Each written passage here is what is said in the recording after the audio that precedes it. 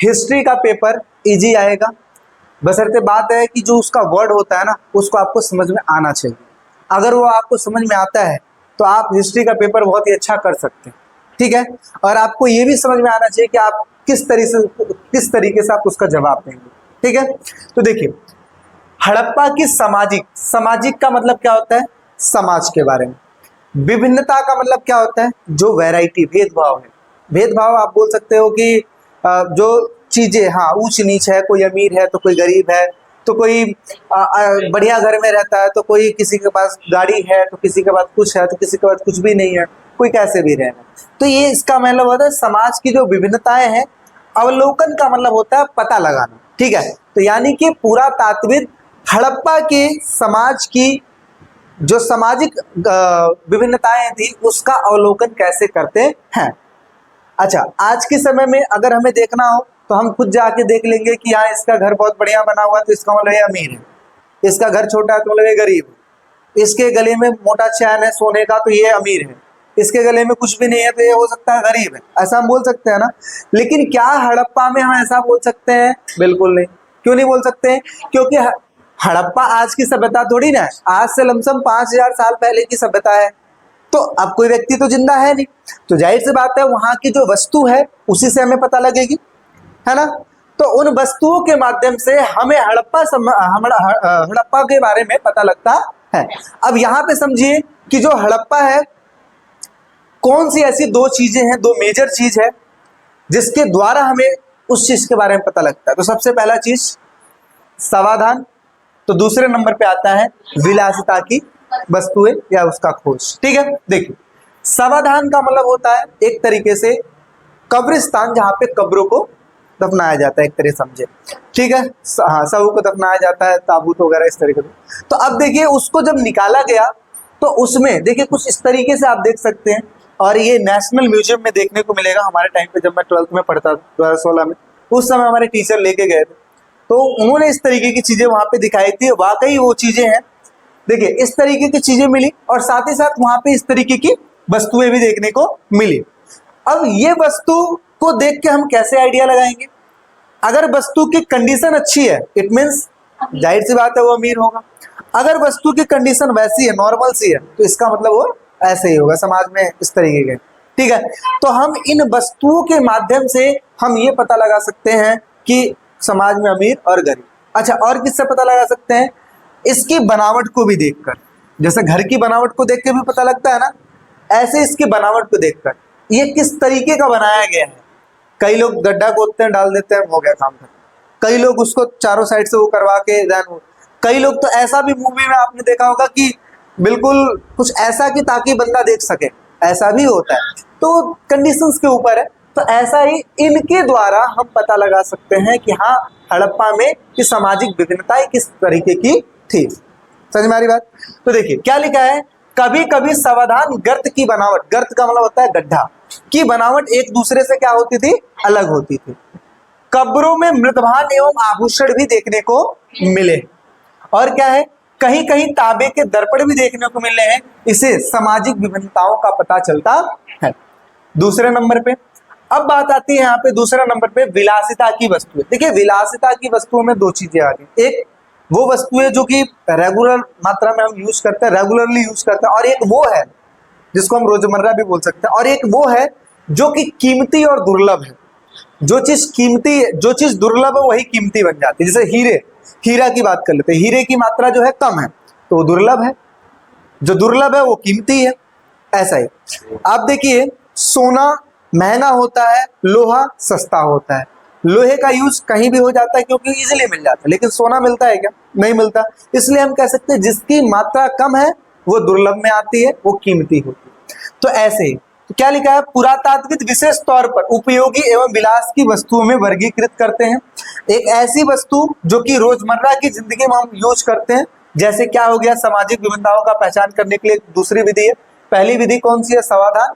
दूसरी विधि कौन सी है? विलासिता की वस्तु। एक आ जाती है रोजमर्रा की उपयोगी वाली वस्तु है, जिसमें चकिया, मृदभांड, सुइयां, झावा इत्यादि चीजें, बहुत छोटी छोटी चीजें हैं। दुर्लभ और मूल्यवान वस्तुओं में अगर देखा जाए तो जैसे सोना हो गया, चांदी हो गया, फ्यांस हो गया इत्यादि चीजें। कई सारे पत्थर भी होते हैं जो बहुत ज्यादा कीमती होते हैं, है ना। कभी घर बनाते हो तो उसमें आपने देखा होगा स्लैब पे जो हम लगाते हैं, जहाँ पे किचन वगैरह में, वहां पर भी जो पत्थर लगते हैं ग्रेनाइट पत्थर होते हैं, वो उनकी कीमत ज्यादा होती है। जितना ज्यादा आप ब्लैक लोगे, बिल्कुल प्योर ब्लैक लोगे, वो उसकी कीमत और ज्यादा होगी, है ना। उस तरीके से होता है। तो ऐसे ही कुछ पत्थर ऐसे हैं जिनसे बन के तैयार की जाती थी, उनकी जो कीमत वो ज्यादा होती थी, इसी वजह से ये दुर्लभ और मूल्यवान वस्तुओं में रखी गई है। तो दो तरीके समझ में आ गए, जिसके तौर पे हम ये बता सकते हैं कि हड़प्पा के सामाजिक जीवन के बारे में विभिन्नता किस तरीके से है। समझ में आ रही बात। चलिए अब बात करते हैं दूसरे क्वेश्चन की। दूसरा क्वेश्चन समझते हैं। दूसरा क्वेश्चन क्या लिखा है, चर्चा कीजिए कि पुरातात्विक किस प्रकार से अतीत का पुनर्निर्माण करते हैं। अभी देखिए, अभी आपने कंडीशन देखा, दो प्रकार की वस्तुएं आपने देखी, एक विलास की वस्तुएं देखी, एक आपने समाधान के बारे में देखा। आखिर इससे भी तो हम पुराने जमाने के बारे में चीजें लिख रहे हैं, इट मीन्स इतिहास का निर्माण कर रहे हैं कि नहीं कर रहे। तो यही तो जवाब है कि इतिहासकार जो है, पुरातात्विद है, जो वस्तुओं को देखते हैं, वस्तुओं के साथ साथ सोर्सेस देखते हैं, जैसे उस समय की लिखी गई पुस्तकें अगर है तो, मुद्राएं अगर है तो उसको देखते हैं कि कैसी मुद्रा है, कौन सी धातु का इस्तेमाल किया गया था, क्या उस पे कुछ राजा का नाम लिखा हुआ है, क्या राजा की तस्वीर है, या चीज क्या चीज है, ठीक है, कैसी मुहरें हैं, किस प्रकार की लिपि थी, लिपि इजी है कि नहीं है। जैसे आज हमारी जो लिपि है, चाहे हिंदी चाहे इंग्लिश देख लिया जाए, उसमें वर्डों की संख्या कितनी है, क्या इजी टू अंडरस्टैंड है कि नहीं है, पहले क्या था, किस तरीके से था, उन सभी चीजों के बारे में वो पता लगाते हैं। समझ में आ रही बात है। तो देखिए क्या लिखा है, पुरातात्विदों ने भौतिक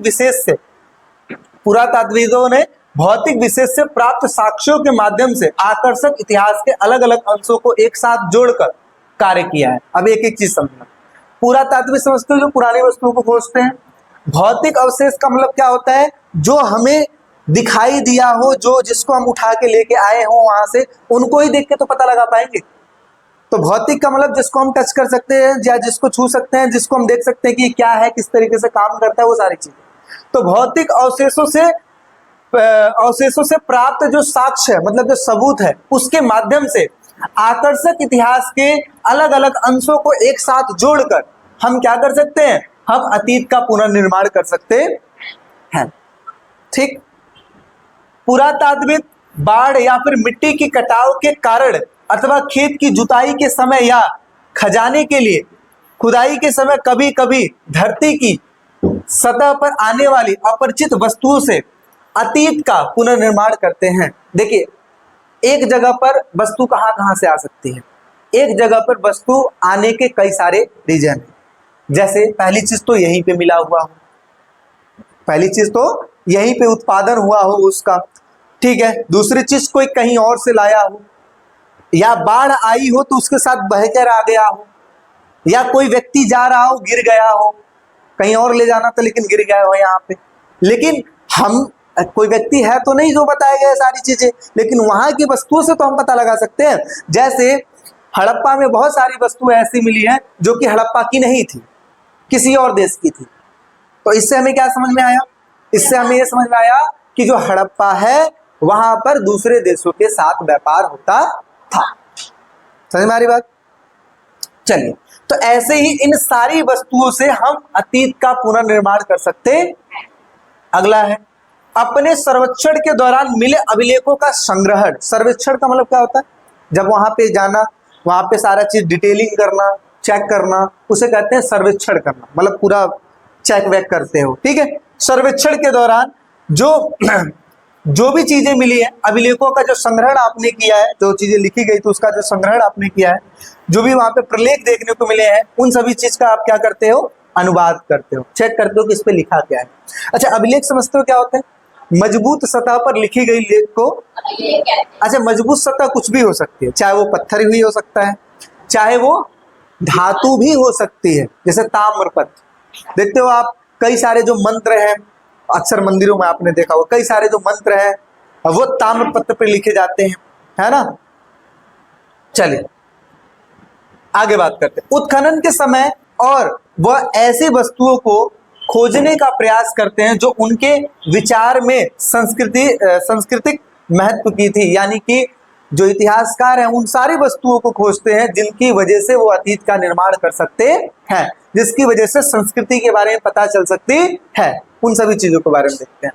पुरातात्विक किसी वस्तु की उपयोगिता को समझने का प्रयास उस संदर्भ की परीक्षण के माध्यम से भी करते हैं जिससे वह मिली थी, क्या वे घर में मिली थी या फिर कब्र या मिट्टी में। यानी कि ये भी चेक करते हैं कि कौन सी वस्तु घर में मिली है, कौन सी वस्तु कब्र में मिली है, कौन सी कहाँ मिली है। उनसे भी ये पता लगाया जाता है कि ये चीज यहाँ पे है, ये चीज वहां पे। अब जैसे मान लेते हैं, सपोज एक एग्जांपल देता हूं, एक डेस्क मिला, एक नहीं मतलब कई सारे डेस्क देखने को मिले, तो हम अक्सर हम दिमाग भी लगा सकते हैं कि डेस्क क्या घर के उपयोगी के लिए है, घर के लिए है? नहीं ना। डेस्क है, डेस्क जैसा दिख रहा है तो दो काम हो सकता है, या तो कोई इंस्टीट्यूट होगा मतलब जहाँ पे पढ़ाई वढ़ाई होती होगी, या तो कोई रेस्टोरेंट होगा जहाँ पे बैठ के खाना खा रहे होंगे। यही चीज है, हम अंतर पता लगा सकते हैं ना कि क्या घर का हो सकता है और क्या बाहर का हो सकता है। ठीक है, ऐसा ही समझो। जैसे मान लो कोई कढ़ाई देखने को मिलेगा, तो कढ़ाई जो है वो या तो घर का हो सकता है या तो किसी रेस्टोरेंट का हो सकता है, ऐसा ही है। तो इनसे हम ये आइडिया लगाते हैं। तो इसी प्रकार से वो भी देखते थे कौन सी चीजें कब्रों में मिली है और कौन सी चीजें वैसे मिली है। आगे, कभी कभी पुरातात्विकों को अप्रत्यक्ष साक्ष्य का भी सहारा लेना पड़ता है। उदाहरण के लिए कुछ हड़प्पाई स्थलों में से कपास के साक्ष्य मिले हैं, पर पहनावे के विषय में जानने के लिए हमें अप्रत्यक्ष साक्ष्यों जैसे मूर्तियों में चित्रण पर निर्भर रहना पड़ता है। अप्रत्यक्ष साक्ष्य मतलब ये समझो कि जिसके बारे में हमें डायरेक्टली कुछ भी नहीं पता है, तो हम उसको रिलेट करते हैं। हम उसको क्या करते हैं? रिलेट करते हैं कि क्या ऐसी चीजें हैं कि नहीं है। ठीक है, कोई यूज करता था कि नहीं करता था, क्या जो वहां पे मूर्ति देखने को मिली है उसमें उस चीज की बनावट है कि नहीं। अब देखो वहां पे अगर कोई कपड़ा देखने को मिला है और कम मात्रा में देखने को मिला तो हो सकता है कि भाई अमीर लोग ही पहना करते थे। अब पहनते भी थे कि नहीं पहनते थे वो दूसरी बात है। और किससे पता लगेगा? कोई मूर्ति में अगर आपको ऐसा लग रहा हो तो उससे एक पता लगे, जैसे आभूषण पता लग जाता है मूर्तियों को देखकर क्या ये आभूषण पहना या नहीं पहना, ऐसा समझो। तो कुछ ऐसे तरीके हैं जिसके माध्यम से आप ये समझ सकते हो कि अतीत का पुनर्निर्माण किया जाता है। ठीक है, अब जैसे एक समझ लो कि एक ताला मिल गया, ताला समझते हो ना, लॉक जिसको अभी बात कर रहे थे, एक लॉक मिल गया। ठीक है, अब जाहिर सी बात है पुराना है तो जंग लगा रहेगा, लेकिन दिखेगा तो वैसा ही। तो अब उसको पुरातात्विक देखेंगे कि ये है क्या, किस चीज का है, लोहे का है या सोने का है या किस चीज का है। ठीक है, अब जैसे मंदिरों में लगाते हैं, बड़े बड़े मंदिरों में तो बढ़िया लगाते हैं, मतलब सोने का भी लगवा सकते हैं, कोई दिक्कत वाली बात नहीं, भाई धातु ही तो है और क्या है। तो वो चीजें अब वो चेक कर लिए, धातु चेक कर लिए। धातु चेक करने के बाद अब ये चेक करेंगे ये खुलेगा कि नहीं खुलेगा, है ना। उस तरीके से वो खोल के चेक करेंगे वो सारा चीज, ये किस काम आता होगा, कहाँ पे यूज होता होगा। अच्छा, ये सब चीज करने के बाद रिलेट करेंगे, मतलब ये पुराने जमाने का मिला है और आज के जमाने में क्या कुछ ऐसी चीजें एग्जिस्ट करती है, तो पता लगता है कि हाँ ऐसी करती है, तो मैच करेंगे कि अच्छा ये यही है, अच्छा ये भी जानते थे क्या लॉक के बारे में। समझ में आ रही बात है? इस तरीके से हम आइडिया लगाते हैं कि हाँ ऐसा चीजें हो रहा हो। समझ में आ रही बात? चलिए आगे बढ़ लेते हैं। अगला क्वेश्चन, यही शायद लास्ट क्वेश्चन होगा इस चैप्टर से रिलेटेड। हाँ, क्या लिखा है? हड़प्पाई समाज में शासकों द्वारा किए जाने वाले संभावित कार्यों की चर्चा कीजिए। अब ये क्वेश्चन मैं चाहता तो इसमें हड़प्पा सभ्यता का अंत भी करवा सकता था, नालों का निर्माण भी करवा सकता था, ये बहुत इजी क्वेश्चन। लेकिन कुछ क्वेश्चन ऐसे जो फंसा देंगे ना, उन क्वेश्चनों को मैंने रखा हुआ है कि ताकि अगर ये क्वेश्चन आ गया ना तो आप कंफ्यूज मत हो। क्या लिखा है? हड़प्पाई समाज में शासकों के द्वारा किए जाने वाले संभावित कार्य का मतलब होता है कि आपको ऐसा लग रहा हो कि भाई ये कार्य जो है किसी राजा ने ही किया होगा, उसे कहते हैं संभावित कार्य। संभावना हो, जैसे हम कहते हैं ना कि ये तो मुझे लग रहा है उसी का कार्य है, वही किया होगा, ऐसा है ना। तो इसी को हम कहते हैं कि हड़प्पा के समाज में या हड़प्पाई समाज में कौन कौन से ऐसे कार्य हैं जिसको देखने से ऐसा लगता है कि हो ना हो ये कोई ना कोई राजा किया होगा। ऐसे कौन कौन से? तो देखिए, सबसे पहला चीज, हड़प्पाई समाज में शासकों द्वारा किए जाने वाले संभावित कार्य अपना बन गया हेडिंग। क्या लिखा है? सत्ता के केंद्र अथवा सत्ताधारी लोगों के विषयों में पुरातात्विक विवरण हमें कोई त्वरित उत्तर नहीं देते। यानी कि देखा जाए तो सिंपल सी बात बताऊं मैं, हड़प्पा को देखने से हमें ये बात पता लगता है कि तीन तरीके के तर्क आते हैं वैसे तो। जैसे पहला चीज तो ये कि भाई क्या वहां पे शासक था या नहीं था, इसके बारे में तो कुछ पता ही नहीं। ठीक है, कुछ लोग कहते हैं कि हाँ शासक था, कुछ लोग क्या कहते हैं, हाँ शासक था। शासक था तो एक था, क्योंकि हर जगह पे एक तरीके का ही नियम देखने को मिलता है। तो पहला चीज तो ये हो गया। पहले बंदे ने तो ये कहा कि यहाँ पे कुछ भी शासक वासक कुछ भी नहीं था। एक ने ये कहा कि हाँ शासक था, और एक ने ये कहा कि यहाँ पर एक नहीं बल्कि अनेक शासक थे। अब उदाहरण देखिए कैसे, एक नहीं अनेक का मतलब क्यों? इसका मतलब ये हुआ क्योंकि इतना बड़ा क्षेत्र, इतना बड़ा जगह अलग अलग जगहों पे फैला हुआ है, किसी एक शासक के द्वारा चलाया नहीं जा सकता है, या चलाया जा सकता है लेकिन वो डिफिकल्ट होगा। ठीक है, तो हो सकता है एक नहीं अनेक शासक रहे होंगे, है ना। तो सबके अलग अलग वो हैं, तो उन्हीं चीजों को हम पढ़ने वाले हैं। अब उदाहरण के साथ भी देखने वाले हैं कि आखिर ऐसा कौन कौन सा सबूत देखने को मिला है जिसके द्वारा हम ये बातें बोल रहे हैं। तो क्या लिखा है, सत्ता के केंद्र अथवा सत्ताधारी लोगों के विषय में पुरातात्विक विवरण से हमें त्वरित उत्तर नहीं मिलता। त्वरित का मतलब होता है कि जिससे हम सेटिस्फाई हो जाएं, ऐसा उत्तर देखने को। पुरातात्विदों ने मोहनजोदड़ो में मिले एक विशाल भवन को क्या संज्ञा दे दी है?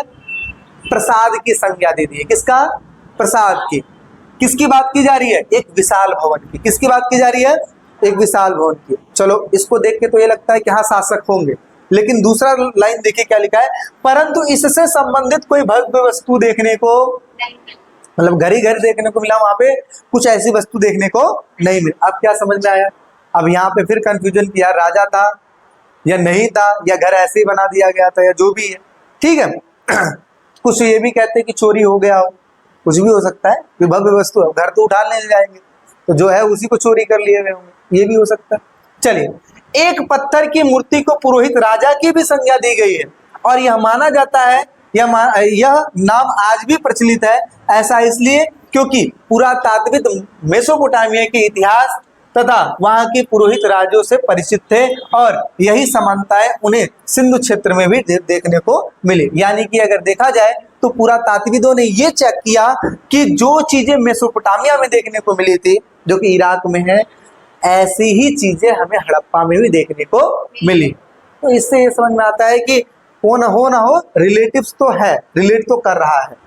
आगे, कुछ पुरातात्विदों का मानना था कि हड़प्पाई समाज में शासक नहीं थे। क्या नहीं थे? सभी की सामाजिक स्थितियां क्या थी? समान थी, सब एक जैसा ही थे, कोई शासक वासक यहाँ पे नहीं थे। दूसरे पुरातात्विद यह मानते हैं यहाँ कोई एक नहीं बल्कि कई सारे शासक थे। जैसे मोहनजोदड़ो में अलग, हड़प्पा में अलग, आदि अलग अलग राजा हो सकते हैं या होते होंगे।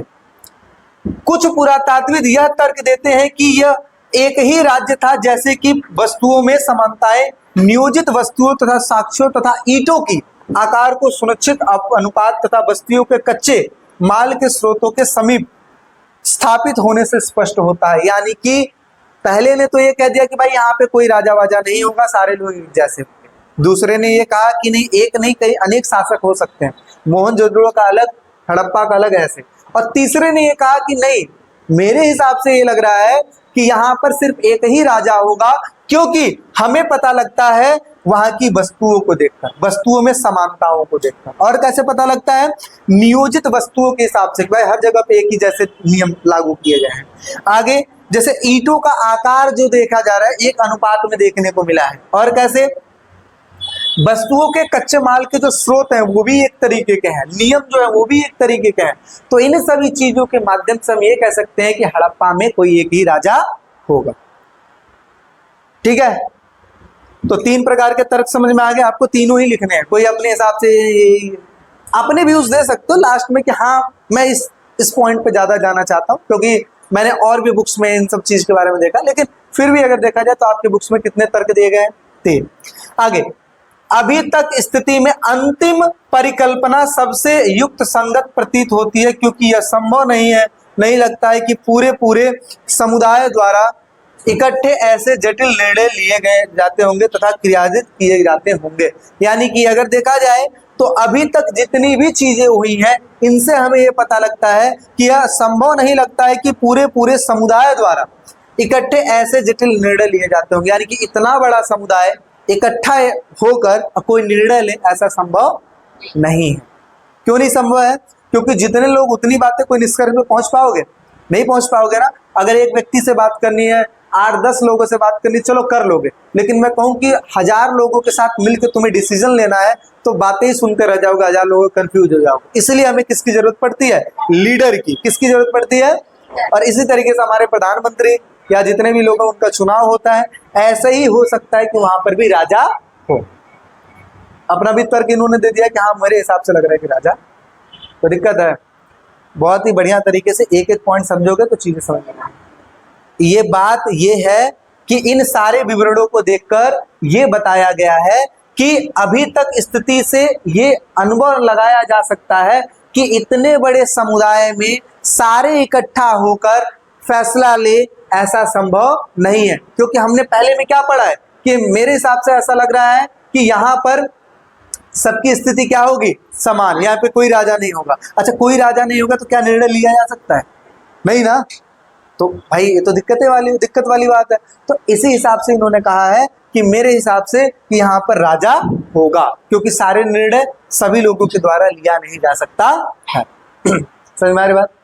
चलिए अगला बढ़ते हैं, अगला समझते हैं क्या लिखा है। मौर्य साम्राज्य के जानकारी के स्रोत तो आपको पता ही है, बहुत ही बार समझा दिया, बहुत ही झटके में इसको खत्म करते हैं।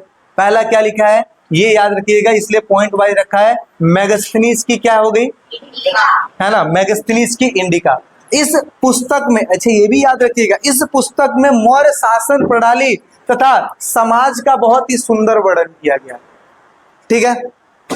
दूसरे नंबर पे कौटिल्य की अर्थशास्त्र, ये वही कौटिल्य है जो चंद्रगुप्त मौर्य के मंत्री थे और गुरु भी थे, क्योंकि उन्हीं की वजह से चंद्रगुप्त मौर्य ने घनानंद को परास्त किया था। तो कौटिल्य की अर्थशास्त्र, और अर्थशास्त्र नीति से रिलेटेड है, प्लानिंग से रिलेटेड है। तो इसी वजह से क्या लिखा है कि मौर्य शासन की या मौर्य काल की शासन प्रणाली की काफी अधिक जानकारी देखने को मिलती। तीसरा है विशाख दत्त के मुद्रा राक्षस। क्या लिखा है, इससे हमें यह पता लगता है कि चंद्रगुप्त मौर्य ने किस तरीके से नंद वंश को खत्म करके क्या स्थापित किया, मौर्य वंश की स्थापना की। इनसे ये पता लग सकता है। तो हमने पुस्तकों की बात कर ली थी। और कौन सी पुस्तक है, जैन धर्म बौद्ध धर्म के पुस्तकों के बारे में हमने बात कर ली। इनसे भी हमें मौर्य साम्राज्य की जानकारी मिलती है। क्यों? क्योंकि अशोक ने बुद्ध की अस्थियों को कई सारे स्तूपों में डलवाया, जो कि आपने 4 चैप्टर में पढ़ा है। ठीक है, तो जाहिर सी बात है वही मौर्य साम्राज्य का ही बिलोंग था। तो इस वजह से मौर्य साम्राज्य के बारे में जानकारी हमें इन ग्रंथों से भी देखने को मिलती है। पत्थरों एवं स्तंभों पर मिले अशोक का अभिलेख अक्सर सबसे बहुमूल्य स्रोतों में से एक है। यानी कि जो स्तंभ बनाए जाते थे, बड़े बड़े पिलर्स बनाए जाते थे, उन पिलर्स पे चित्र बनाए जाते थे, कई सारे स्टोरीज गढ़ी जाती थी। उनसे भी हमें आइडिया लगता है किसके बारे में, मौर्य साम्राज्य के बारे में। अच्छा, ये हमें अशोक के दम तथा प्रजा हितैषी कार्यों की विशेष जानकारी देते हैं कि भाई अशोक कितना बढ़िया था और किस तरीके से उसने प्रजा के लिए कार्य किया। मूर्ति कला के द्वारा भी हमें मौर्य साम्राज्य के बारे में जानकारी देखने को मिलती है। दिक्कत बढ़ जाए आगे। चल अगला है, ये भी क्वेश्चन बहुत ही, तो देखते ही समझ में आया कि अभिलेख शास्त्रियों की क्या क्या समस्याएं हैं। अभिलेख शास्त्र, पहले अभिलेख क्या होता है ये समझ में आना चाहिए। अभिलेख मतलब मजबूत सतह पर लिखी गई लेख। अब अभिलेख शास्त्री कौन हुए? वो व्यक्ति जो अभिलेखों को पढ़ता है। अच्छा, पढ़ने वाला ही नहीं बल्कि उसको निकालने वाला। अब ये थोड़ी ना कि कोई निकालेगा और पढ़ेगा कोई। अच्छा, ऐसा अगर हो भी गया ना तो ये भी हो सकता है कि देखो, अगर जैसे होता नहीं, खुद अगर बंदा करवाएगा तो उसको पता लगेगा कि हाँ भाई सही से निकालो इसको, बहुत दिक्कतें आती है पढ़ने में, तुम्हें क्या पता। ऐसा होता है ना, जैसे मिस्त्री की सारी कमियां निकालती, क्या बना दिया है यहाँ पे, प्लास्टर अच्छे से नहीं किया है, पेंट अच्छे से नहीं हो रहा है, या जो भी पुट्टी अच्छे से नहीं लग रही, ऐसा बोलते हैं ना, कमियां निकाल देते हैं ना।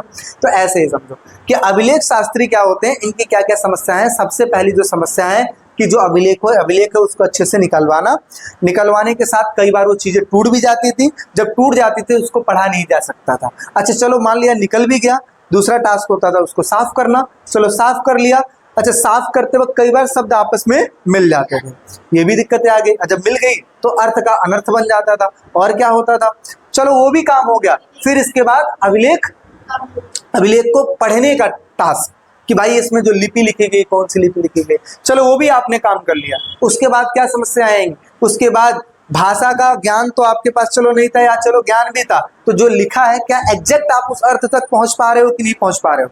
अक्सर जो चीजें दिखती है वो चीज होती नहीं है, क्या पता उसका इंटेंशन कुछ और था और आपने पढ़ा कुछ और ये भी चीज। अच्छा चलो आपने वो भी कर लिया, तो क्या उस अभिलेख के माध्यम से पूरे समाज के बारे में चीजें पता लग सकती हैं क्या?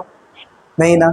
अभिलेख कौन लिखवाता है? अभिलेख वो व्यक्ति लिखवाता है जिसको लगता है कि यार हाँ मैंने कुछ काम किया है और मुझे दुनिया को बताना है कि ये काम किसने किया है, मैंने किया है। इस वजह से वो अभिलेख उस व्यक्ति के बारे में बताता है जो व्यक्ति लिखवाता है। ठीक है, तो पूरे समाज के बारे में पता लगा नहीं, ये भी एक प्रकार की समस्या तो दिक्कत। चलिए क्या लिखा है, अभिलेखों के अक्षर जो है बहुत ही हल्के ढंग से उत्कीर्ण होते हैं, जिसको पढ़ पाना क्या होता है, मुश्किल। जो मैंने बोला अगर वो भी लिख दोगे बहुत बढ़िया है, अदरवाइज ये भी लिख दोगे तो भी ठीक है। अभिलेख नष्ट भी हो जाते हैं और अक्षर भी क्या हो जाते हैं, लुप्त हो जाते हैं। इसके अलावा अभिलेखों के जो शब्द है वास्तव में उसका जो पूर्ण रूप से ज्ञान हो पाना ये भी हमेशा सरल नहीं होता है। जो लिखा है उसको पढ़ पाओगे, जरूरी है क्या? अच्छा, कई बार अभिलेख हजारों की मात्रा में होते हैं लेकिन मिलते हमें कुछ ही है, तो ये भी एक समस्या है कि पूरे के बारे में तो मिला नहीं। अभिलेख हजारों की संख्या में रहे होंगे, कालांतर में सुरक्षित नहीं बचे होंगे। जो अभिलेख बचे हैं वो उनमें से कुछ अंश मात्र है, यानी कि बहुत ही कम देखने को मिले। अभिलेखों में हमें खेती के बारे में, दैनिक प्रक्रिया के बारे में, दैनिक जीवन के सुख और दुख के बारे में पता लगता अभिलेखों में नहीं मिलता है। अच्छा, क्योंकि प्राय अभिलेख बड़े और विशेष अवसरों का वर्णन करते हैं। अच्छा बताओ, आप रोज अपना फोटो क्लिक करते हो फोन में, जब मन किया तब क्लिक कर लिया। अक्सर आप तभी क्लिक करते हो जब आपको ये लगता है कि हाँ ये जरूरी है क्लिक करना, या अच्छे कपड़े पहन लिया, या आपको लगे कि आज घर में कुछ पार्टी है या कहीं जाना है या कहीं घूमने गए, तभी तो क्लिक करोगे, रोज थोड़ी ना। अच्छा, अक्सर लोग सो के उठेंगे तो नहीं फोटो क्लिक करेंगे क्योंकि उनको पता है छोड़ो ऐसे ही अभिलेख है, जो ओकेजन होगा उस तरीके का तभी क्लिक करेंगे, मतलब तभी लिखवाएंगे, अदरवाइज।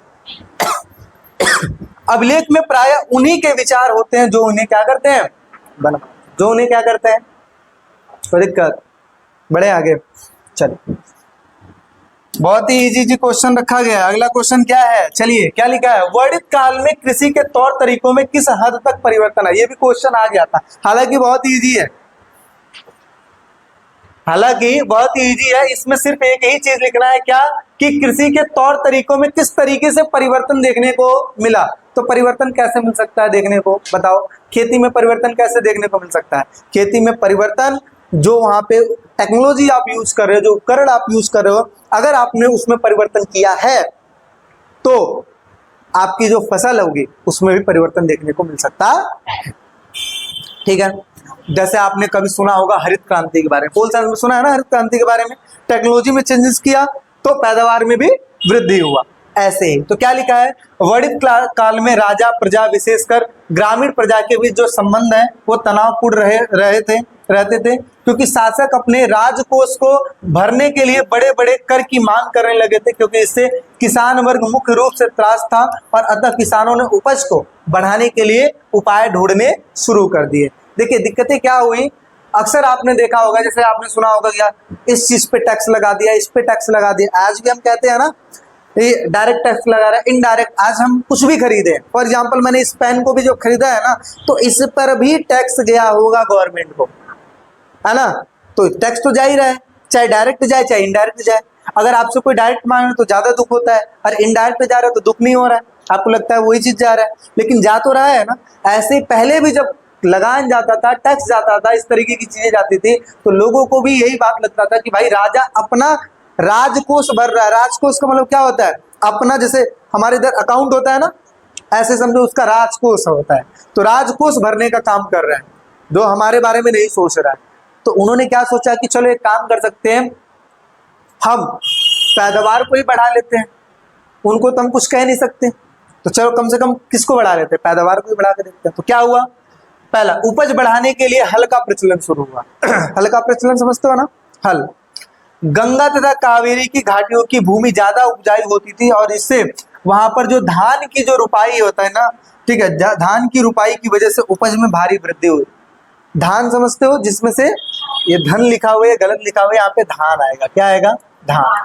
धान की रुपाई। धान की रुपाई का मतलब जिसको धान को बोया जाता है ताकि उसमें फसल होए, किसका? चावल। ठीक है, आगे। लोहे के फाल वाले हल की वजह से फसलों में ज्यादा उपज होने लगी। कई जगहों पर, कोई जगह नहीं है, कई जगहों पर खेती के लिए कुदाल का भी प्रयोग किया जाने लगा था। कुदाल मतलब फावड़ा। आगे, उपज बढ़ाने के एक और तरीका जो था, जैसे कुओं तथा तालाबों तथा कहीं कहीं नहरों का भी इस्तेमाल किया जाता था सिंचाई करने के लिए। व्यक्तिगत तौर पर तालाबों, कुओं तथा नहरों जैसे सिंचाई के साधनों का निर्माण करवाने वाले लोग कौन होते थे? अब बताओ, इन सभी चीजों का निर्माण कौन करवा सकता है? जाहिर सी बात है, वो व्यक्ति करवा सकता है जो कि समाज में अमीर हो, वही करवा सकता है। तो क्या लिखा है? अक्सर राजा तथा प्रभावशाली व्यक्ति जो थे उन्होंने अपने इन कार्यों को उल्लेख किसमें किया है? अभिलेखों में करवाया। अभी मैंने बताया ना, अभिलेखों में क्या बातें लिखी जाती? यही बातें लिखी जाती जो कि अच्छी हो, जो कि क्या हो? अच्छी। क्या चल रहा है? बड़ी दिक्कत। हाँ बोलो, कुछ दिक्कत है क्या? इसमें कोई दिक्कत है तो फिर ऐसा कैसे कुछ लगा कि मुझे, चलो इतना समझ में आ गया।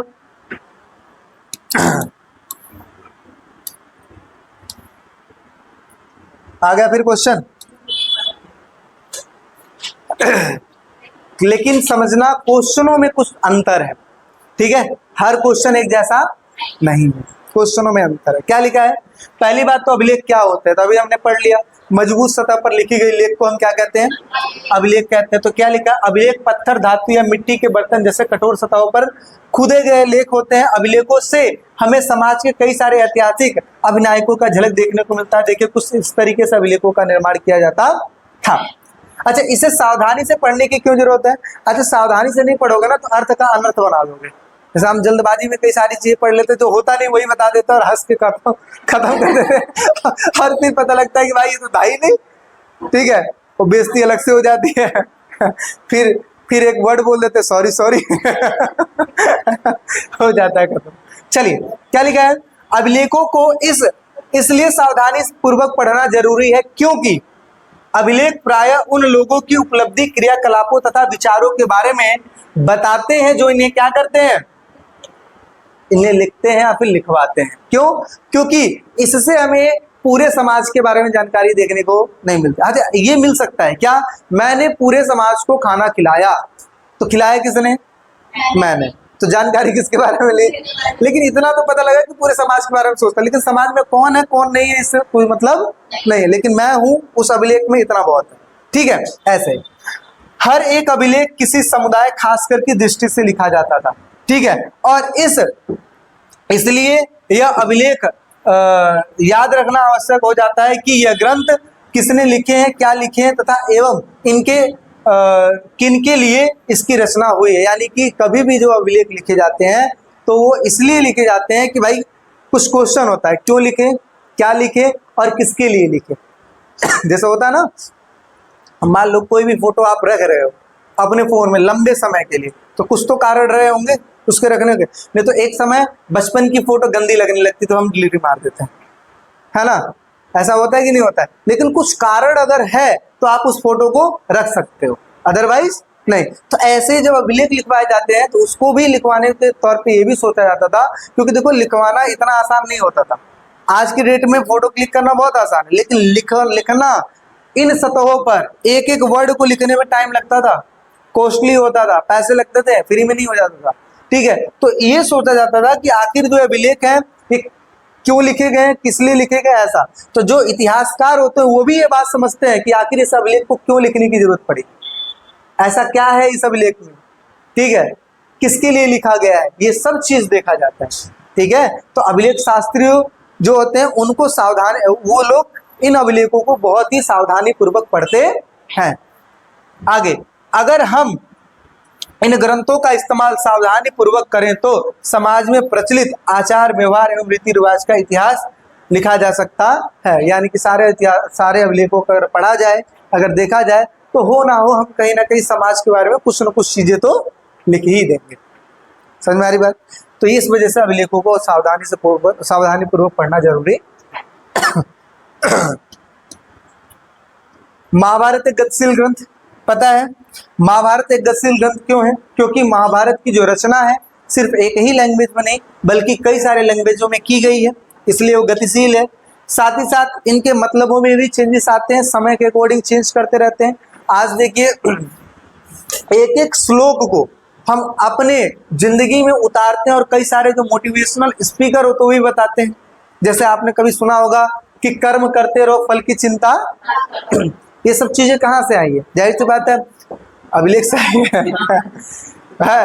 भगवत गीता से आई है। तो इन सभी चीजों से, अच्छा इसीलिए इसको गतिशील ग्रंथ कहा जाता है क्योंकि हम अपने अकॉर्डिंग इस चीज को परिवर्तित कर रहे हैं, जो जहां जरूरत है वहां पे उस चीज को रखा जा रहा है। तो क्या लिखा है? महाभारत का विकास केवल संस्कृत भाषा तक ही सीमित नहीं था, शताब्दियों से इस महाकाव्य के कई पाठांतर अलग अलग भाषाओं में भी देखने को मिलते हैं।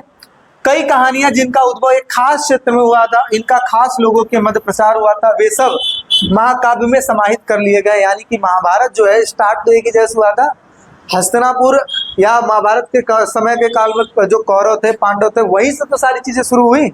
और फिर उसके बाद जैसे आपने कभी सुना होगा कि अर्जुन तो एक बहाना था, असल में भगवत गीता हम लोगों को सुनाना था।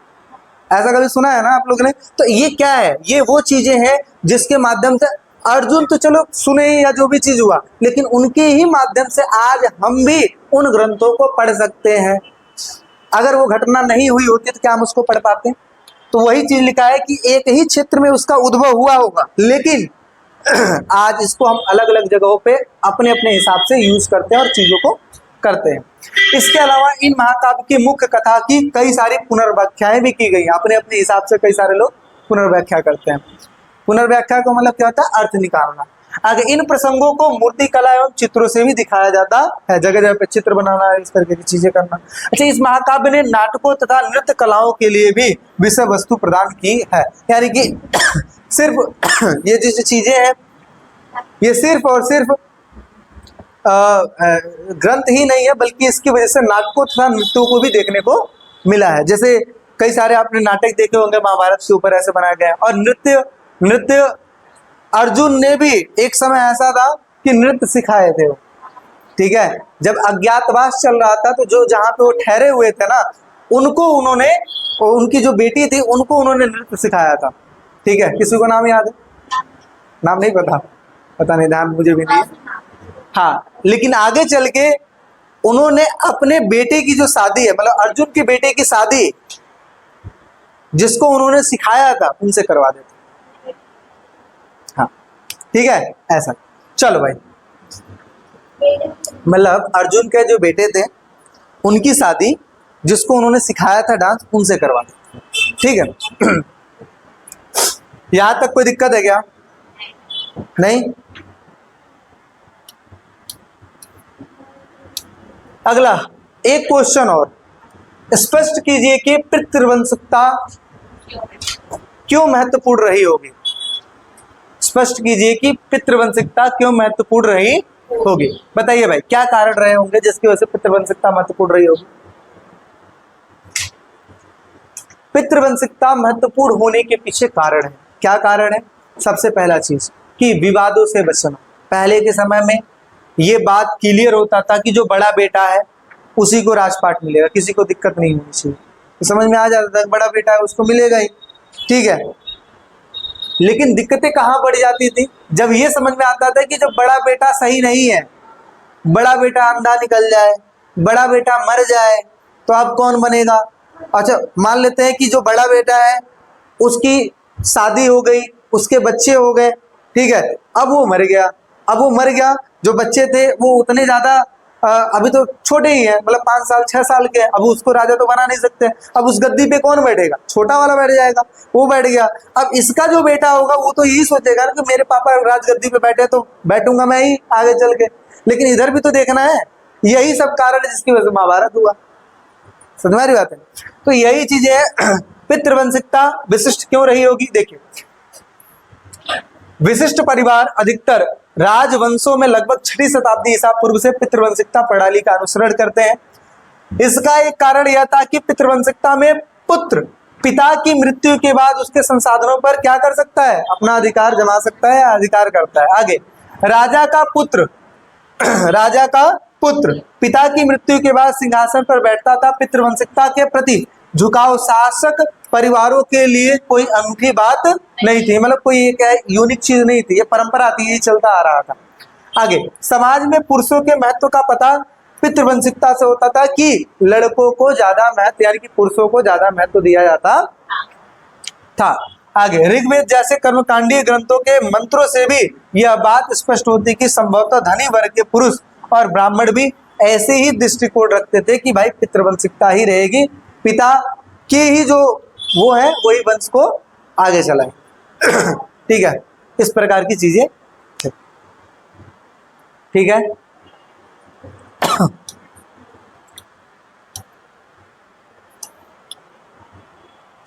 क्वेश्चन देखने से आप लोग को ऐसा एहसास हो रहा है कि ये क्वेश्चन हमने कहीं पढ़ा है ना, तो जाहिर सी बात है इजीली समझ में भी आ रहा होगा।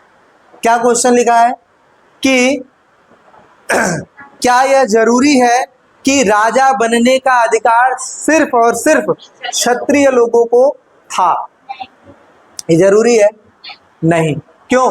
क्योंकि हमने बहुत सारे एग्जाम्पल ऐसे देखे हैं जिसमें वो राजा बना लेकिन उसकी जो कास्ट थे, जिसका वो वर्ग था, वो क्षत्रिय नहीं था। इन उदाहरणों से हमें ये पता लगता है कि राजा बनना जाति पर निर्भर नहीं होता था, वर्ग पर निर्भर नहीं होता था, बल्कि किस पर निर्भर होता था? योग्यता पर, क्षमता पर, वो जिस तरीके से समाज को चला पाए, इन सभी चीजों पर निर्भर होता था। क्या लिखा है? शास्त्रों के अनुसार राजा का पद कोई महत्वपूर्ण राजवंशों की उत्पत्ति दूसरे वर्णों से भी हुई है। यानी कि देखा जाए, शास्त्रों के अनुसार अगर चेक किया जाए तो ऐसा भी देखने को मिला है कि जो राजा बने हैं वो दूसरे वर्ण से भी आए हैं। दूसरे वर्ण मतलब जैसे ब्राह्मण, क्षत्रिय, वैश्य और शूद्र, 4 वर्ण हो गए। तो राजा बनने का अधिकार किसका था? क्षत्रिय का। तो ये कोई जरूरी नहीं क्षत्रिय से बने होंगे, दूसरे वर्णों से भी बने होंगे। क्या लिखा है? मौर्य वंश के संस्थापक चंद्रगुप्त मौर्य के इतिहास में इतिहासकार भी मतभेद है कि वो थे क्या, क्षत्रिय थे, ब्राह्मण थे, वैश्य या शूद्र थे, किसी को कुछ नहीं पता। कुछ लोग क्षत्रिय कहते हैं तो कुछ लोग उनको नीची जाति का कहते हैं। ठीक है, तो क्या लिखा है? कुछ इतिहासकार उन्हें निम्न कुल का मानते हैं, जबकि बौद्ध धर्म के अनुसार वो क्या थे? क्षत्रिय थे। दिक्कतें आई ना। आगे, मौर्यों के अनुसार सिंगु तथा कौड़ ब्राह्मण थे। वास्तुतः राजनीतिक सत्ता का उपभोग हर वो व्यक्ति कर सकता था जो कि समर्थ हो, जो सामर्थ्यवान हो एक तरीके से, और साथ ही साथ क्या कर सके? संसाधन जुटा सके।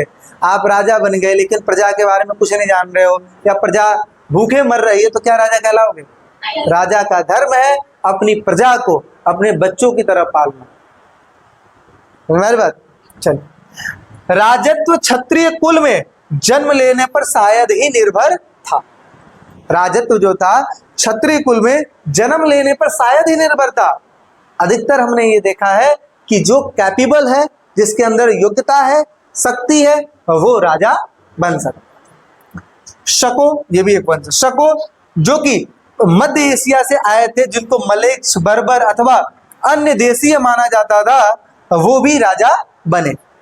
प्रसिद्ध शासक सातवाहन शासक गोमती पुत्र श्री सतकर्णी स्वयं को क्या बताते हैं? वो ब्राह्मण, लेकिन फिर भी वो राजा बने। ऐसे सातवाहन स्वयं को ब्राह्मण वर्ग बताते हैं, जबकि ब्राह्मणी शास्त्रों के अनुसार अगर देखा जाए तो राजा बनने का अधिकार किसका था?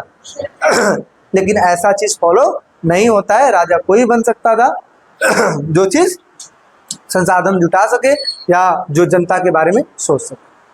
दिक्कत है कुछ? आपका भाई बाहर खड़ा है।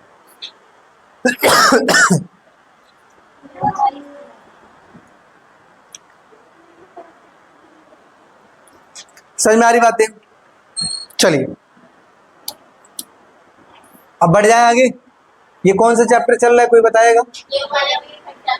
3rd चैप्टर चल रहा है। इसके बाद क्या बचा है? 4 चैप्टर बचा है। बढ़े आगे। अगला एक क्वेश्चन है तो बहुत इजी है, लेकिन आता कई बार है। क्या लिखा है कि धर्म सूत्र एवं धर्म शास्त्रों में चारों वर्गों के लिए आदर्श जीविका से संबंधित कुछ नियम मिलते हैं। क्या? 4 प्रकार के वर्ड, ब्राह्मण, क्षत्रिय, वैश्य और शूद्र। ब्राह्मण, क्षत्रिय, वैश्य और शूद्र। साथ ही साथ हमें यह भी देखना है कि भाई किसकी वजह से उनकी आजीविका चलती थी। जैसे ब्राह्मणों की आजीविका कैसे चलती है, घर परिवार कैसे चलता है? भाई काम क्या है पहले ये बता दीजिए। काम, ब्राह्मणों का काम वेदों को पढ़ना, पूजा पाठ कराना, ठीक है, शादी करवाना, ये सब भी इसी में आता था, शिक्षा देना ये भी इसी में आता था। और बदले में क्या मिलेगा? बदले में भाई दान, दक्षिणा, पैसा सब मिलेगा। आजीविका बन गई कि नहीं बन गई? क्षत्रिय क्या थे? अधिकतर राजा होते थे। राजा होते थे तो उनको पैसे की जरूरत है क्या?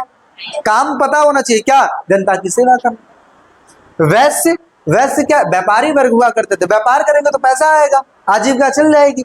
और जो शूद्र है, तीनों वर्गों की सेवा करेंगे तो 3 वर्ग ऐसे रखेंगे, नहीं पैसा देंगे, जब पैसा देंगे तो शूद्रों की भी आजीविका चली गई। तो ये वो आजीविका है जिसके माध्यम से इन वर्णों की चीजें चलती थी। समझ में आ रही बात? तो क्या क्या है? ब्राह्मण वेद का अध्ययन करना, ब्राह्मण जो है अध्ययन करते थे, वेदों की शिक्षा देते थे, यज्ञ कराते थे, करवाते थे, दान लेना देना, ये सब चीज। क्षत्रिय काम युद्ध करना, लोगों की सुरक्षा प्रदान करना, न्याय करना, वेद पढ़ना, ठीक है, पढ़ाना और यज्ञ करना, दान दक्षिणा लेना देना, ये सब चीज हो गया। लेते नहीं थे बल्कि देते ही थे, ठीक है। वैश्यों का काम वेद पढ़ना, यज्ञ करवाना, दान दक्षिणा देना, कृषि, गौपालन तथा व्यापार इत्यादि करना, और इसका जो काम है इन तीनों वर्णों की सेवा करना। कोई दिक्कत? चलिए बहुत अच्छा है। अब बढ़ते हैं आगे। आगे हम चौथे चैप्टर पे, चौथा चैप्टर समझ लेते हैं। और ये पहला जो क्वेश्चन है बहुत ही इजी है ना? पहला क्वेश्चन आपको बहुत ही इजी देखने को मिलेगा। मात्र कितने क्वेश्चन होंगे? 3 क्वेश्चन होंगे लमसम, 3 या 4 क्वेश्चन जो भी है। बहुत ही इजीली, बहुत ही जल्दी देखते हैं, क्योंकि ये क्वेश्चन आप लोग को पहले से भी आते हैं। तो क्या लिखा है? सांची के स्तूप के संरक्षण में भोपाल की बेगमों की भूमिका बता दीजिए। भाई क्या भूमिका है? तो क्या लिखा है? 19वीं शताब्दी के यूरोपीय लोगों में सांची के स्तूप को लेकर काफी दिलचस्पी थी। क्या? कि जो यूरोप के लोग थे वो सांची के स्तूप को देखकर इंप्रेस हो गए थे और वो चाहते थे इन चीजों को लेकर जाना। अब क्या हुआ भाई? फ्रांसीसियों ने सबसे अच्छी हालत में बची जो है सांची की पूर्वी तोरण द्वार जो है को फ्रांस ले जाकर संग्रहालय में दिखाना चाहते थे या रखना चाहते थे। आगे इनकी इजाजत इन्होंने किससे मांगी? इन्होंने शाहजहां बेगम से मांगी। शाहजहां बेगम ने इजीली दे दिया होगा? बिल्कुल नहीं दिया। उन्होंने क्या किया? दिमाग लगाया और उसके बाद उन्होंने देखिए क्या किया। फिर सांची की बेगमों ने बहुत ही सावधानी पूर्वक पीओपी से बनी तोरण द्वार की जो प्रकृति है उनसे उन्होंने क्या कर दिया? संतुष्ट कर दिया कि भाई तुम भी ले जाओ और हमारी जो चीजें यहाँ पर रहेगी। अब ऐसा तो है नहीं कि मुझे ताजमहल चाहिए तो ताजमहल उठा के घर लाया, नहीं ना। तो हम कैसे लाए ताजमहल? ताजमहल लाए, सबसे पहले फोटो क्लिक कर लिया, उसको हमने फ्रेम बनवा लिया, रख लिया, ताजमहल देखते रहो। छोटी छोटी चीजें मिलती है वहां पे पानी में घूमते हुए, वो भी ताजमहल लेके आ गए। तो जरूरी है क्या? अब बच्चे ने जिद किया तो मम्मी चांद तोड़ के ले आके दे देंगी, चंदा मामा लो, नहीं ना। अरे वो है दूध, पानी रखो थोड़ा सा, चंदा मामा आ गए तुम्हारे सामने। जुगाड़ होता है। तो इन्होंने भी क्या लगाया? जुगाड़। आगे भोपाल की शासक जैसे शाहजहां बेगम, उनकी उत्तराधिकारी सुल्तान जहां बेगम ने इस प्राचीन स्थल को रख रखाव के लिए क्या किया? धन अनुदान किया, यानी पैसा वगैरह दिया। सांची के स्तूप के संरक्षण में भोपाल की बेगमों का बहुत ज्यादा योगदान रहा है।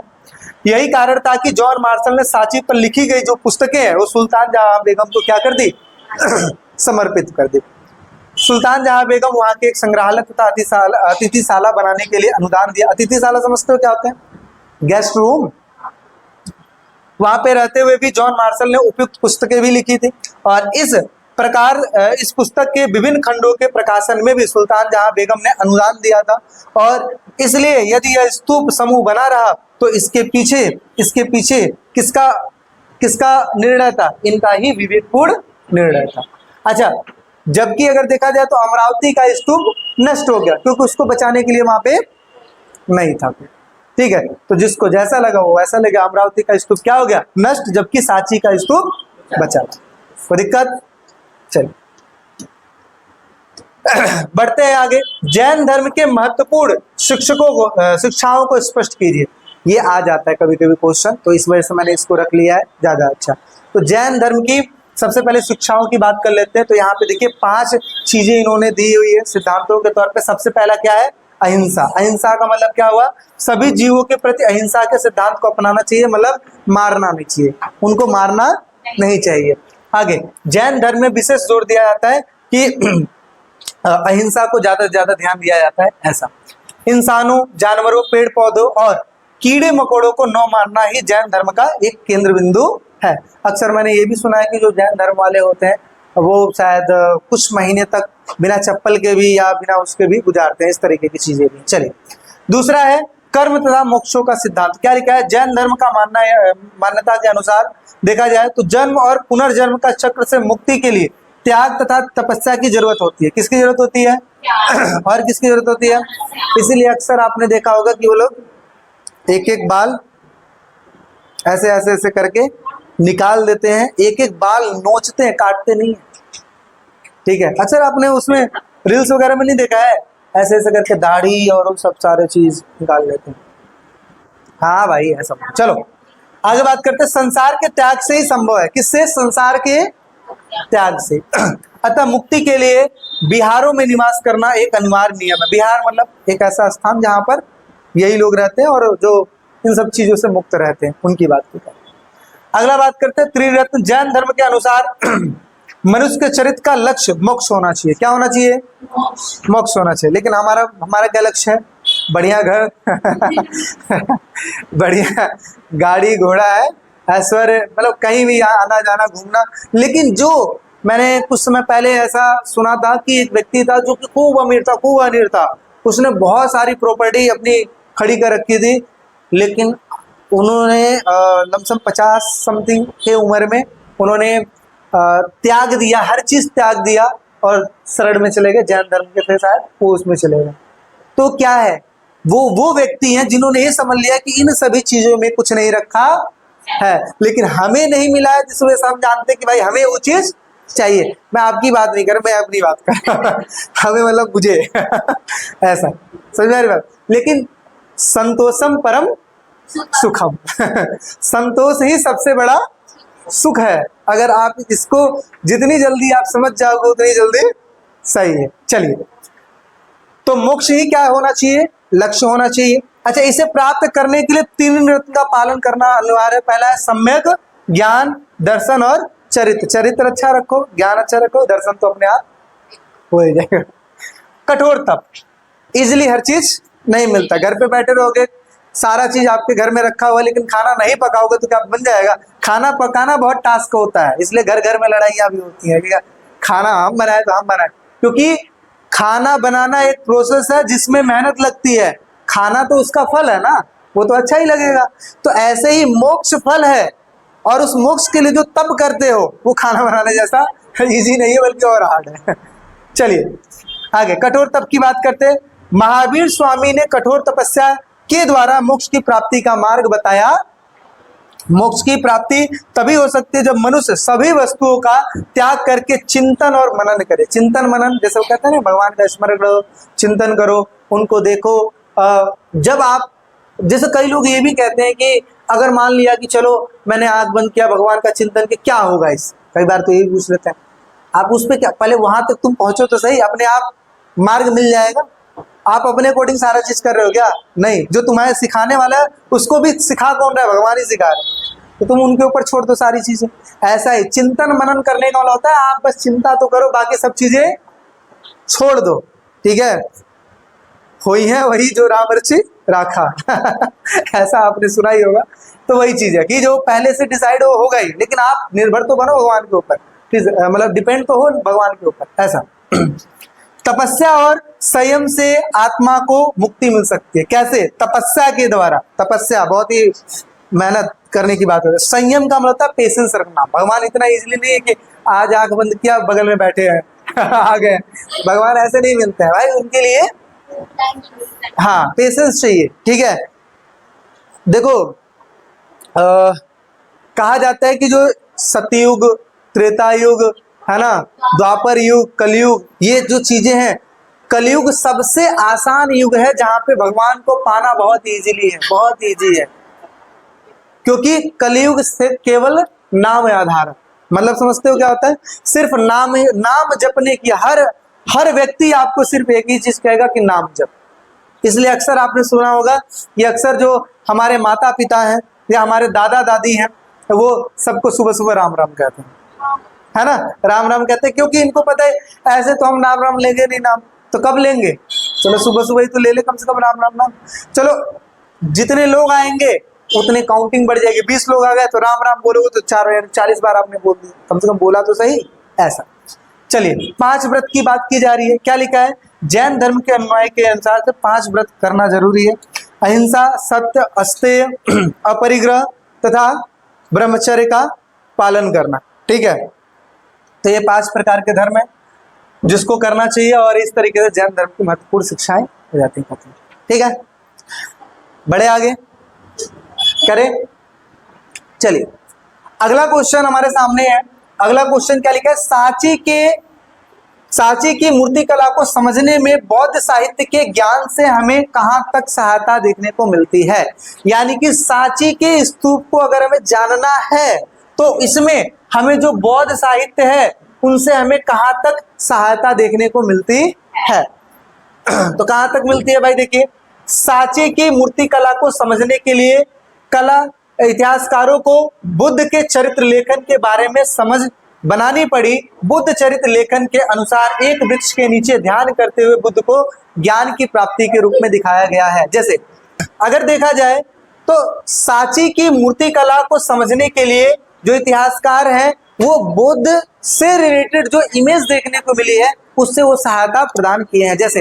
जैसे बुद्ध को ज्ञान कहाँ मिला था, पेड़ के नीचे, बरगद के पेड़ के नीचे। तो आपने क्या देखा कि एक बरगद का पेड़ बना हुआ है, वहां पे बुद्ध भगवान ऐसे बैठे हुए हैं और ज्ञान की प्राप्ति कर रहे हैं। इट मीन्स ये समझ में आया कि इससे सांची मतलब इससे निर्माण हो रहा है, कहीं ना कहीं इतिहास का निर्माण हो, जो कि कहीं ना कहीं हेल्प तो आएगा ही आएगा।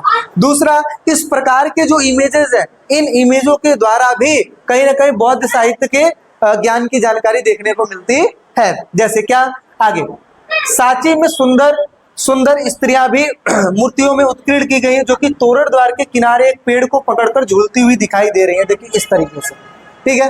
अब क्या इनका महत्व है, ये चीज हम आगे पढ़ने वाले हैं। आगे शुरू में विद्वान इन मूर्ति के महत्व को समझने में असमंजस थे। क्या थे, असमंजस मतलब कंफ्यूज थे। आगे इस मूर्ति की त्याग तथा तपस्या को कोई रिश्ता नजर नहीं आते, यानी कि मतलब इन चीजों से हमें कुछ त्याग तथा तपस्या के बारे में कुछ चीजें समझ में नहीं आती है। लेकिन साहित्यिक परंपरा के अनुसार वेदों से अध्ययन से वे समझ पाए कि यह संस्कृति भाषा में वर्णित क्या है, साल मंजिका की मूर्ति है। अच्छा, क्या है इनका महत्व ये है कि कहा जाता था कि ये शुभ की प्रतीक थी, कि जिस पेड़ में फल नहीं लगता था, फूल नहीं लगता था, अगर ये उस चीज को टच कर दें तो जो समस्या है वो दूर हो जाती थी। ऐसे ही लोक परंपरा में यह माना जाता है कि स्त्री द्वारा छुए जाने वाले वृक्ष में फूल खिल जाते थे या फूल खिल उठते थे, फल होने लगते थे। ऐसा लगता था कि यह शुभ की प्रतीक मानी जाती थी और इस कारण स्तूप के अलंकरण में प्रयुक्त किया गया है। यानी कि देखा जाए तो स्तूप में इस वजह से इनको रखा गया है, ठीक है। अब इनके बारे में हम नेक्स्ट वाले स्लाइड में देखते हैं क्या लिखा हुआ है। सांची में जातक से ली गई जानवरों की कहानियां, ऐसा लगता है कि यहाँ पर लोगों को आकर्षित करने के लिए जानवरों का उत्कीर्ण किया गया था, ठीक है। यानी कि जानवरों को भी उत्कीर्ण करके दिखाया गया था, जैसे हाथी और इस तरह की। आप अक्षरधाम में देख लीजिए, कई सारी चीज देखने को मिल जाएगी, ठीक है। एक महिला मूर्ति को इतिहासकार ने बुद्ध की माँ माया से जोड़ा हुआ है। दूसरे इतिहासकार इसे एक लोकप्रिय देवी गजलक्ष्मी मानते हैं। क्या मानते हैं, गजलक्ष्मी। उत्कीर्ण मूर्तियों को देखने वाले उपासक इसे माया और गजलक्ष्मी दोनों से ही जोड़ते हैं। यानी कि कुछ ने इनको माँ माया से जोड़ा हुआ है, तो कुछ ने गजलक्ष्मी से जोड़ा हुआ है और कुछ ने दोनों से ही रिलेट किया है। कई स्तंभों पर सर्पों का भी उत्कीर्ण देखने को मिलता है इस तरीके से। और बौद्ध साहित्यों के ज्ञान के बाद सांची की मूर्ति कला को व्यापक दृष्टिकोण देखने को मिलता है। यानी कि इस तरीके से हम समझ सकते हैं कि इन चित्रों तथा मूर्तियों के माध्यम से भी हम कहीं ना कहीं बौद्ध साहित्य की जानकारी प्राप्त कर सकते हैं। और एक लास्ट क्वेश्चन जो कि बहुत इजी है, इसके बाद चैप्टर ओवर है। क्या लिखा है, नीतिवादी तथा भौतिकवादी में अंतर। पता है नीतिवादी क्या होता है? नीतिवादी मतलब हर वो चीज, ये वो लोग होते थे जो ये कहते थे कि भाई जो चीज हमारे साथ होगा ना ये पहले से ही प्री डिसाइड है। जैसा अभी मैंने एक श्लोक मारा था वो, ठीक है। दूसरा भौतिकवादी क्या है कि नहीं नहीं नहीं नहीं, ये कोई भगवान भगवान नहीं, जो करता है इंसान खुद करता है और जो करता है उसका परिणाम भी वो। तो क्या लिखा है नियतिवादी, और यहाँ पे क्या लिखा है भौतिकवादी। क्या लिखा है समय के साथ लोग यज्ञों के महत्व के बारे में चिंतन करने लगे। नियतिवादी के अनुसार सुख और दुख मात्रा निर्धारित है। यानी कि नियतिवादी क्या मानते हैं, चाहे व्यक्ति को सुख मिले चाहे व्यक्ति को दुख मिले, ये क्या है पहले से निर्धारित, मतलब पहले से लिखा हुआ। अच्छा, इसे संसार में बदला नहीं जा सकता, अर्थात न तो इसे घटाया जा सकता न ही इसे बढ़ाया जा सकता है। सभी मानवपूर्ण निर्धारित रास्ते दुखों का निदान करते हैं। यानी कि अगर देखा जाए तो मानवपूर्ण निर्धारित रास्तों से होते हुए दुखों का निदान करते हैं। यानी कि हर एक व्यक्ति जो अपने जिंदगी को गुजारता है उस जिंदगी में सुख भी आएंगे और दुख भी आएंगे और दोनों को फेस करना चाहिए। लेकिन ये जितना आसान है बोलना ना, उसको स्वीकार करना उतना ही बहुत कठिन है, ठीक है। दुख आता है तो लोगों को समझ ही नहीं आता, भगवान को कहते हैं पता नहीं क्या क्या बोल देते हैं। लेकिन सुख आते हैं तो कभी धन्यवाद नहीं कहते, भगवान आपकी वजह से सारी चीजें हुई है, ठीक है। अगर हम इस चीज को स्वीकार ले कि अगर दुख चल रहा है ना तो अगले कदम पे सुख भी आएगा, लेकिन हमें इस बात का भी ज्ञान होना चाहिए कि अगर सुख चल रहा है तो हमें दुख के लिए भी तैयार होना चाहिए। नियतिवादी के अनुसार दान यज्ञ चढ़ावा जैसी कोई चीजें नहीं होती है। यानी कि जो चीज हम चढ़ावा ये सब चीज जैसी चीजें नहीं, ठीक है। इसके अतिरिक्त इस दुनिया या फिर दूसरी दुनिया जैसी कोई भी चीज यहाँ पर नहीं है। इस प्रकार नियतिवादियों का विश्वास था कि सब कुछ पूर्व निर्धारित है। यानी कि तुम्हें कोई दान देना और उससे चीज करने का कोई मतलब नहीं है। लेकिन भौतिकवादी क्या मानते हैं, इनके अनुसार मनुष्य 5 तत्वों से बना हुआ है, छित जल पावक गगन समीरा, 5 तंत्र से बना शरीरा, ऐसे करके बोलते हैं। तो देखिए क्या लिखा है, इसके अनुसार मनुष्य 5 तत्वों से बना हुआ है। जब वह मरता है तो वह मिट्टी वाला अंश पृथ्वी में, जल वाला जल में, गर्मी वाला आग में, सांस का वायु में, इन सभी चीजों में, तथा इंद्रिया अंतरिक्ष का हिस्सा बन जाती है। यानी कि व्यक्ति जब मरता है जो 5 चीजें हैं वो अलग अलग जगहों पे जुड़ जाती हैं। आगे इनके अनुसार दान देने की बात मूर्खों का सिद्धांत है, यह खोखला झूठ है और मूर्ख या विद्वान दोनों ही नष्ट हो जाते हैं, मनुष्य के बाद कोई नहीं बचता है और इन दार्शनिक परंपराओं के ग्रंथ नष्ट हो गए हैं तथा इसलिए अगर देखा जाए हमें इन परंपराओं से ही उनके बारे में जानकारी मिलती है। यानी कि टोटली अगर देखा जाए तो दोनों में इस चीज को डिनाई किया गया है कि दोनों ही इस चीज को बताया गया है कि भाई नियतिवादी ने इस तरीके से बोला है और भौतिकवादी ने कहा है कि जो चीजें हो रही हैं वो इसके जिम्मेदार हम ही होते हैं। और साथ ही साथ अगर देखा जाए तो जो चीजें, जो शरीर है वो 5 चीजों से मिलकर बना हुआ है, भौतिक चीजों से, और वो उसी चीज में क्या हो जाएगा, लिप्त हो जाएगा। इन सब चीजों के बारे में बात की गई, जबकि नियतिवादियों ने कहा कि जो चीजें होने वाली वो प्री डिसाइडेड। समझ में आ रही बात है। तो इस तरीके से हमने पहला जो बुक है वो हमने कंप्लीट कर लिया। कल भी दूसरी वाली बुक का 4 चैप्टर का इस तरीके से मैं क्वेश्चंस बना लूंगा, चाहे कम हो चाहे ज्यादा, 10-12 देखो होगा। जितना कम करवा दोगे उतना नुकसान आपका होगा कि भाई नहीं आया तो फिर फंसोगे। समझ में आ रही बात। तो इसी वजह से मुझे क्वेश्चनों को रखने देना। एक घंटा 1 घंटा 20 मिनट कम से कम 2, ये भी 1 घंटे की वीडियो लमसम बनी होगी, 1 घंटा 10 मिनट के आसपास की, ठीक है। अगर इन चीजों को अगर करोगे तो अब चीजें समझ में आएगी। समझ में आ रही बात। तो चलिए मिलते हैं एक नेक्स्ट वीडियो में। अभी के लिए फिर टेक केयर, बाय बाय। कोई डाउट, कोई दिक्कत, परेशानी हो तो कमेंट सेक्शन में आप कमेंट कर सकते हो। मिलते हैं एक नेक्स्ट वीडियो में। अभी के लिए फिर टेक केयर, बाय बाय।